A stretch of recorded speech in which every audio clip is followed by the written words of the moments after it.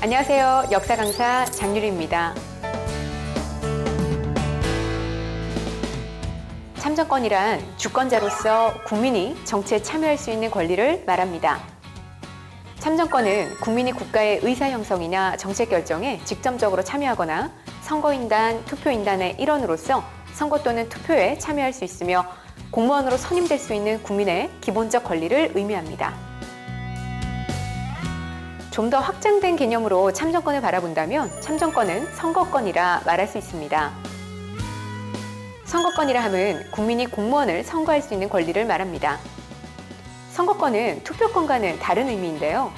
투표권은 국민이 자신의 정치적 의사를 투표라는 과정을 통해서 명백히 밝히는 방법이고, 선거는 국민이 대표자 선출에 참여하는 권리를 의미합니다. 그런데 이 세상에는 선거권, 투표권 같은 권리조차 얻지 못하고 살아가는 사람들이 참 많습니다. 세계 역사를 들춰보면 수많은 사람들이 죽음을 감내하고라도 참정권, 선거권, 투표권을 얻기 위해 눈물겨운 투쟁을 하는 것을 많이 볼 수 있습니다. 여러분, 제한선거라는 말 들어보셨습니까? 일정한 재산, 교육, 종교, 성별 등의 제한을 선거인의 자격 요건으로 하는 선거제도를 말합니다. 보통선거와는 대조적인 개념인데요. 오늘날 투표를 할 때 모든 사람이 한 명당 한 표씩 투표를 하죠. 그런데 고대 로마의 투표는 사람이 아니라 재산이 그 기준이었습니다. 재산은 고대 아테네부터 줄곧 투표의 중요한 요건이었습니다. 평범한 사람에겐 한 표를 준다면 백만장자에겐 두 표를, 억만장자에겐 세 표를 주는 식이었죠. 오늘날 투표는 선착순으로 일찍 일어나 투표장에 도착하는 사람 순서대로 투표를 할 수가 있어요. 또 투표 시간이 끝난 뒤에야 투표함을 열어서 결과를 알려주고 있습니다. 그런데 로마의 투표는 먼저 재산을 기준으로 시민을 네 계급으로 나누고 재산 순서대로 투표를 합니다. 가장 부유한 계급이 투표를 마치는 대로 투표함을 열어 결과를 알려줍니다. 첫 번째 계급이 투표를 마치면 나머지 계급들은 투표를 할 필요가 없었어요. 그들이 가진 표가 전체 표의 절반이 넘었기 때문이죠. 순서를 기다리던 사람들은 맥이 빠질 수밖에 없었는데 이때 평민들이 언덕에 올라가 항의를 하게 됩니다. 아니, 이건 애초부터 우리 평민들이 이길 수 없는 투표야. 귀족이 아닌 우리만의 평민회가 필요하다고. 고대 아테네가 처음 민주주의를 시작했다면 로마는 민주주의를 발전시킨 나라였다라고 할 수 있습니다. 평민이 투표를 통해 정치에 참여하기 시작한 것은 1295년부터였습니다. 영국 왕 에드워드 1세는 세금을 거두기 위해 각 신분을 대표하는 사람들을 불러 모읍니다. 성직자 90명, 귀족 48명, 기사 74명, 그리고 시민대표 220명이었어요. 그중 시민대표는 각 도시의 시민들이 투표로 선출했습니다. 하지만 이름만 시민이지 실제로는 각 지방의 대지주와 자본가 그리고 상인들이었습니다. 그 신분 대표의 모임을 의회라고 불렀는데 오늘날 영국 의회의 모델 또는 그 모범이 되었다라고 해서 모범의회라고도 부릅니다. 고대 아테네와 로마 공화정이 민주주의라면 중세 유럽은 과두정이었습니다. 과두정이란 선택받은 몇 명이서 하는 정치를 말합니다.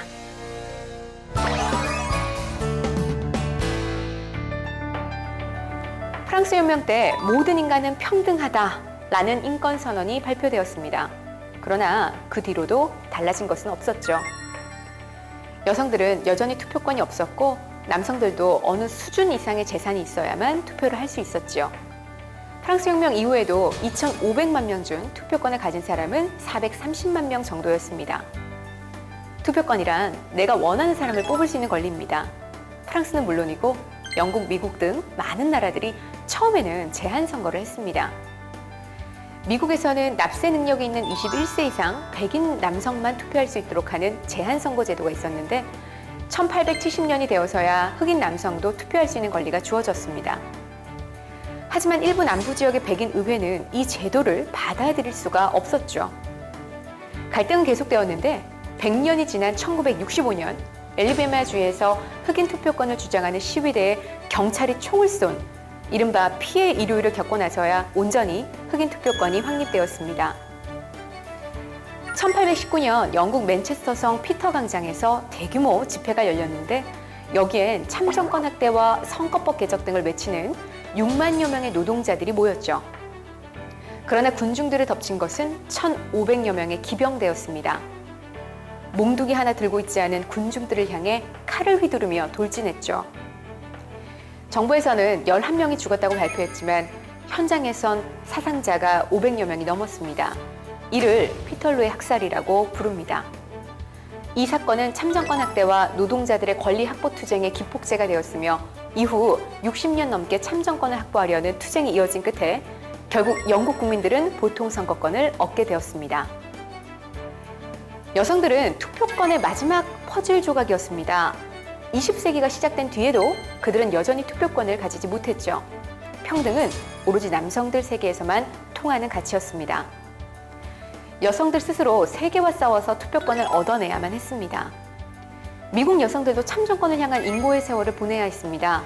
그리고 투쟁해야만 했죠. 미국에서 여성 참정권이 전개된 건 남북전쟁이 지나서입니다. 남북전쟁 이후 흑인 남성들의 참정권을 보장하는 수정헌법 14조가 발표되면서 여성들 역시 자신들의 참정권을 주장하기 시작한 거죠. 하지만 노예에서 해방된 흑인들 포섭에 주력하던 정치인들에 의해 여성들의 의견은 묵살되고 맙니다. 1913년 여성 참정권을 반대하던 우드로 윌슨 대통령이 취임하자 여성들은 거리로 나와 시위를 하게 되는데 무려 그 수가 1만 명이 넘었죠. 그 후에 미국의 여성들은 꾸준하게 시위를 이어갔고 점차 국민들 역시 여성들의 참정권 획득에 지지를 보내기 시작합니다.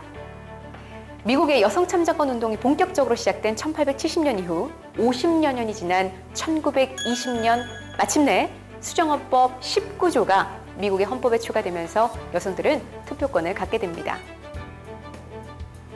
미국 시민의 투표권은 성별을 이유로 미합중국 또는 어떤 주에 의해서도 부정되거나 제한되지 아니한다. 무려 19번의 헌법 수정 후에야 거머쥘 수 있었던 여성 참정권. 물론 연방 헌법에서 허락만 했을 뿐 실제로 여성들이 마음 편히 권리를 행사할 수 있었던 것은 1965년에 이르러서야 가능했다고 합니다. 모든 시민이 동등하게 정치 결정에 참여할 수 있다는 민주주의를 표방하는 나라에서도 얼마 전까지 실제로 있었던 일인 셈입니다.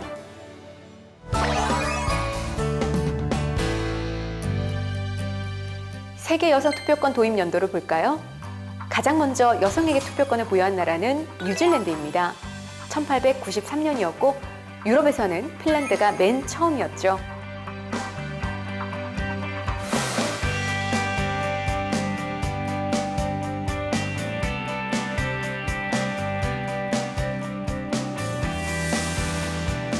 비단 프랑스뿐만 아니라 선진국에서 여성의 참정권은 남성보다는 짧게는 10년, 길게는 123년 후에나 보장되었습니다. 프랑스도 1944년, 우리나라와 4년 차이밖에 나질 않습니다.